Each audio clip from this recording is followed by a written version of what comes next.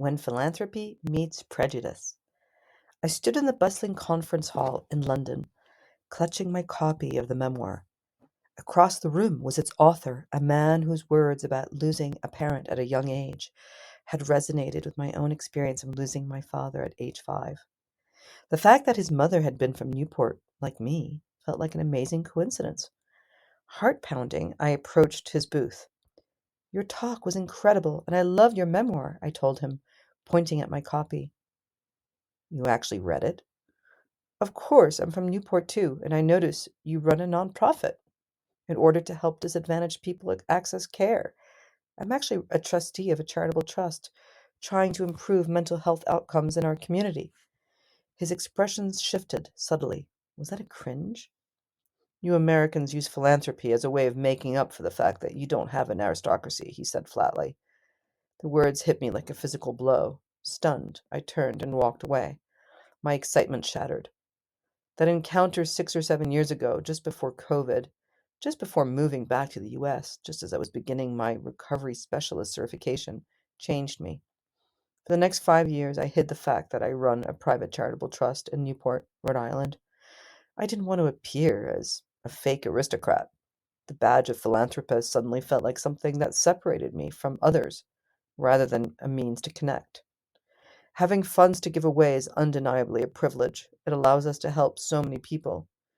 Yes, some donors plaster their names on buildings, seeking immortality, but that wasn't my motivation. I hadn't made the money. My great-great-grandfather had. Wanting to do good without fanfare, I renamed the charitable trust after my beautiful neighborhood in Switzerland, a place where I had experienced a spiritual awakening. My philanthropy became intertwined with my personal growth journey. During a difficult period due to a breakup in Switzerland about 13 years ago, I was fortunate to work weekly with a Swiss psychiatrist. Back then, psychology wasn't yet a regulated profession there. At this point, I was already 6 years sober from alcohol, and falling asleep had become an issue. When she suggested St. John's wort instead of a pharmaceutical for my depression, I embraced this natural approach. The combination of weekly therapy, 12-step support groups, karate, mountain walks with friends, receiving coaching, and Eckhart Tolle's wisdom, I gradually healed. I no longer needed the St. John's wort, and later I attended 3 trauma reduction workshops, further deepening my recovery. When insurance would no longer cover the talk therapy, my psychiatrist explained that the DSM-5, the manual that health insurance uses to classify all mental health disorders, only covers depression due to death or divorce for a few months. She then shared that she paid out of pocket for her own therapy and was committed to doing so for life. I made the same commitment. It's an expense I justify because it keeps me balanced. It's like athletes who get physiotherapy to prevent injury.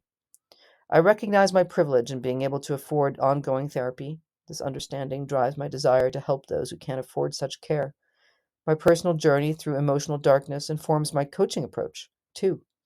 I'm not afraid of strong emotions. I refuse to judge others, and my multi-class and multicultural perspective approach can benefit many people. During a coaching session during which I was the client, I confessed my shame about being a philanthropist. My coach told me about Mackenzie Scott, the ex-wife of Jeff Bezos, who has given away $19 billion in no strings attached gifts to more than 2,000 nonprofits. "She's done incredible work and has helped many people," my coach said. "Do you think she should hide?" Of course not. I got the message. So why should I? That's when the shift happened. I let go of that prickly British author's judgment. He clearly had his own unresolved issues to work through. Have you ever received judgmental comments about wealth or charity? I'd love to hear your experiences. Press reply and let me know.